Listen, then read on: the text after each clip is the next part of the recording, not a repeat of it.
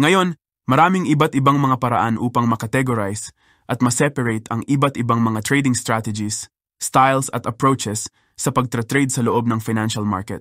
Pero halos karamihan ng mga strategies, ang mga ito ay batay sa technical analysis, fundamental analysis, o isang uri ng hybrid na pinagsama na pareho. Ngayon, sa Forex Fundamental Analysis ay ang pag-aaral ng mga relative economics, social at political forces na maaaring makaapekto sa supply at demand ng currency ng isang bansa laban sa isa pang currency. So in the long run, ang halaga ng exchange rate ng currency versus sa other currency ay karaniwang isang direct reflection ng opinyon ng market sa current at sa future health ng kanilang ekonomiya. Kung ikukumpara sa mga ekonomiya ng ibang bansa, malaki rin ang naiimpluwensyahan nito ng mga factors katulad ng central bank at ng mga interest rates. Kaya malinaw naman, kung mahusay ang ekonomiya ng bansa, mas maraming foreign businesses at foreign investors ang darating upang mag-invest sa bansa na iyon. At ang resulta nito ay ang pangangailangan ng mga investors na bumili ng pera ng bansang iyon upang makuha nila ang mga assets na iyon. Kaya pinatataas nito ang demand para sa currency na iyon at pagkatapos ay pinapataas nito ang presyo bilang isang resulta. Ngayon, ang mga fundamental traders, imomonitor nila ang iba't ibang mga news impact na nakakaapekto sa lakas ng relative economics ng mga bansa tulad ng mga interest rates, unemployment numbers, gross domestic product, retail sales, industrial production, at inflation. Kaya, upang effective na magamit ang ganitong uri ng analysis, dapat bantayan ng mga traders ang mga kaganapan sa politics at economic events, pati na rin yung mga announcements, presentations at yung speech ng mga politicians, economists, at mga central banks. Ang ganitong uri ng analysis ay maaaring tumagal ng taon upang makabisado o mamaster, maaari itong tumagal ng mga buwan para sa analysis upang maglaro sa market at nangangailangan din ito ng mga na-constant research sa araw-araw. Kaya ito ang dahilan kung bakit ang mga seryosong fundamental traders ay may mamahalin subscriptions sa mga news at mga data feeds gaya ng Bloomberg terminals na maaaring literal na nagkakahalaga ng libu-libong dolyar buwan-buwan. Ngayon, ang currency exchange rates, sila ay gumagalaw pataas at pababa bilang resulta ng supply at demand sa mga market speculators. Kaya araw-araw, ang investors at traders ay parehong institutional at private, uri ng mga retail na individual, lahat sila ay bumibili at nagbebenta ng mga currency ng maraming uri ng mga market participants na binibili o binebenta nila para sa kanilang sariling dahilan, ideya at paniniwala tungkol sa kung ano ang halaga ng kanilang ipinares na currency. Ang meeting point ng mga buyers at sellers sa anumang dahilan kung sila kumikilos ay ang price. At walang trades na pwede ma-take place unless parehong buyer at seller na magkasundo sa isang price. Kaya literal na parang auction lang, di ba? At ito ang nagtutulak sa presyo ng currency pairs. Kaya ang mga buyers ay nagdadala ng demand para sa pair na naglalagay ng pataas na pressure sa mga prices. At pagkatapos, ang mga sellers naman ang magdadala ng supply para sa currency pair na naglalagay ng pababang pressure sa market price. At ang market ay tumatakbo tulad ng isang tuloy-tuloy na auction sa buong araw, na ang mga buyers at sellers ay patuloy na nakikipagkompetensya sa isa't isa upang makuha ang pinaka-best na possible price. So, technical analysis is the framework used to identify trading opportunities sa pamamagitan ng pag-aaral ng paggalaw ng price at volume mula sa labanan ng pagitan ng mga buyers at sellers. At pagkatapos, ay makikita iyon sa isang price chart.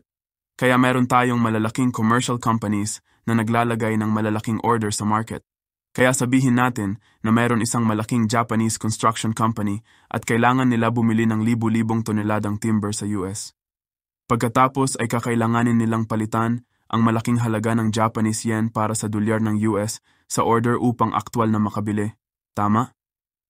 Kaya pumunta sila at lumapit sa dealing desks sa malalaking bangko upang mapadali ang transaction.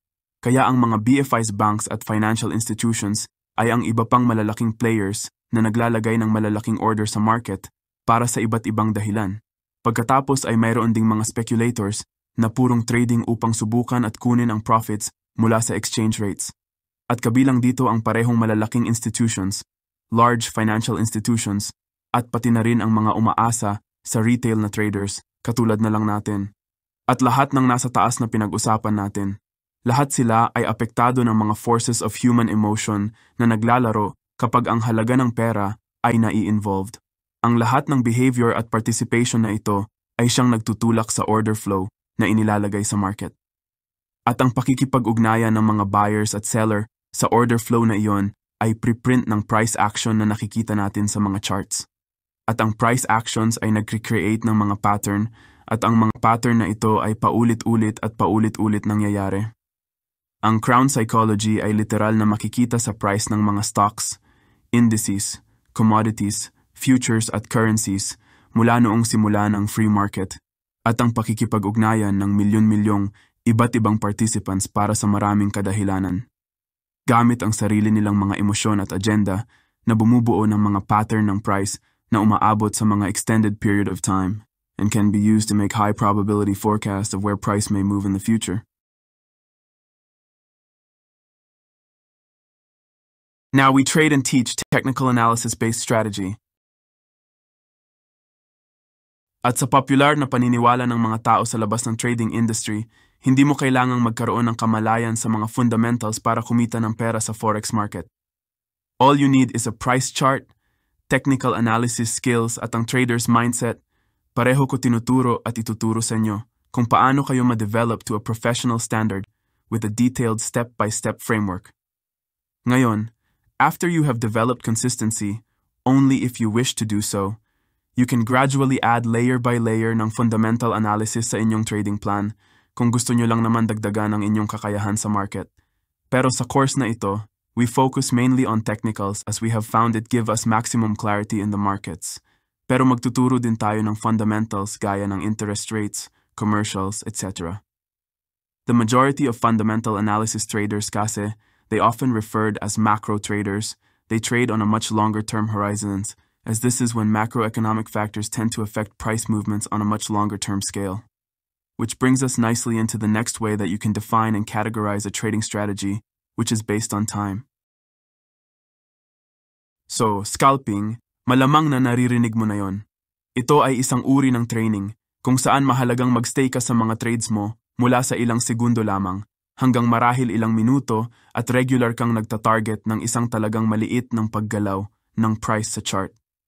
Then, we have day trading, which is karaniwan kang nag-iistay sa mga trades anywhere from a few minutes, but generally, you don't hold any positions overnight into the next trading day. So of course, as the name states, you're in and out within the day. So your sort of main goal essential is talagang sinusubukan mong mahuli at sumakay sa ganoon uri ng main price movement of the day, and then you're out. Then we have swing traders, and they stay in trades anywhere from a couple of days up to a few weeks, and they are typically trying to catch a daily trend. And then finally, we have position trading, which is generally where you will stay in trades anywhere from a couple of weeks to a few months and sometimes even years. Now, the thing is, pwede kang kumita ng pera sa kahit anong time frame, but the important thing is that you need to find what style of trading works best for you, para sa iyong lifestyle at yung sitwasyon mo, and what is the most comfortable for your own unique trading, personality, and psychology. Ngayon, hindi ito isang bagay na malalaman mo kaagad. You might have a bit of an inclination of what you're most attracted to at the moment, but this is something that you will kind of soon realize with time and experience. Huwag kayong mag-alala sa ngayon. Pag-uusapan natin ang tungkol dito ng mas malalim kapag nagsimula tayo mag-build out and develop your own personal trading plans. Ngayon, kung titingnan nyo ang graph na to, mapapansin sa y-axis sa kaliwang bahagi ng graph na sinasabi nito ang bilang ng mga trades. Kaya iyon ang bilang ng mga trading opportunities para sa bawat style ng trading, which is obviously not the same as the amount of profit that you can necessarily make for each style of trading, diba? So if you're scalping, there's probably going to be maybe even 10 to 15 trading setups in just one day sa isang currency pair on its own. But then all the way to the other end of that scale is if you're position trading. It's unlikely that there will be that many opportunities in an entire year, but more opportunities doesn't necessarily equate to more profit. So kung scalping ka namang sa seconds time frame, there's going to be practically an unlimited number of trading setups across the entire market. At kung sinusubukan mong tignan ang lahat ng currency pairs ng sabay-sabay sa 15 seconds time frame, There is no way a human can physically execute those trades, di ba? So kaya meron tayong tatlong main variables na maaari mong i-tweak para mabawasan ang bilang ng trading opportunities down to a much more manageable amount. At iyon ang bilang ng instruments o currency pairs na itra-trade mo. Ang bilang ng market na ino-operate mo sa loob, the number of markets that you operate within, and the number of setups that you have in your trading plan. So kung prefer mo na shorter time frames, then you may need to accommodate for this by narrowing down the number of currency pairs that you trade and specializing in just a few setups and just one market, so that you don't spread yourself too thin trying to trade commodities and stocks as well as forex, for example. At oo, ang mas mahabang panahon ay mabibigay sa iyo ng mas kaunting trading opportunities kumpara sa day trading, for example. But you can also compensate for this by then trading more pairs. Maaari kang tumingin sa maraming iba't ibang market at maaari ka ring magdagdag ng higit pang mga setups sa inyong strategies. So kaya maraming day traders, pipiliin lang nila ang isa o baka tatlong pairs na ifo-focus nila at talagang makakabisado nila ang galaw ng market. Then, swing traders, they may look at 10 to 30 pairs potentially, plus a few commodities and stock indices, for example. And then, all the way at the other end, where we have the position traders, malamang natitignan nila ang mga instruments sa lahat ng mga klase ng assets at pagkuha ng higit pa sa ganoon uri ng mas malawak na portfolio. Ngayon, para sa akin, I take a much more sort of hybrid approach and I essentially trade all four of those time-based styles pero sa isang pairs lamang or sa ilan cases siguro 2 o 3 pairs lamang ang absolute na maximum na trade ko. So kaya't matututo kayo at madedevelop ang skill set para makapasok sa isang position na may accuracy at refinement ng isang scalper sa lower time frame na may napakaliit na size ng stop loss. But to then hold and target the larger price movements of a swing or even a position trader for insanely huge risk toward trades, ngayon, don't get me wrong, hindi ito magiging madali. I'm not here to sell dreams. This is definitely not something that is going to happen overnight. Pero makikita mo sa buong program na ito at sa inyong oras dito sa ACSMT kung gaano ka-effective ang strategy na ito. So please be prepared for some limiting beliefs to be absolutely crushed. So when you are beginning the journey gamit tong strategy na to, I would highly recommend na mag-focus lang kayo sa isa o 2 pairs lang para talagang matutunan nyo at ma-master nyo ang pag-approach nyo sa specific na pair na yon. At pinapangako ko, mabibigla ka sa abundance ng opportunity na ibibigay sa iyo ng market every day. Nasa sa inyo lang kung open ka ba para sa sarili mo at gamitin yung opportunity na yon, which is exactly the journey we're going to guide you through over the next 12 months. Again, this is not going to be easy.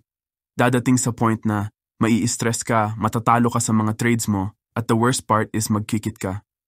Tama naman yung ginawa kong strategies, bakit hindi gumana? Always remember na you are not wrong. It is just the market himself. We cannot predict the market. We are just acting on the probabilities. So ayun lang, wish you luck and wish you a good trade.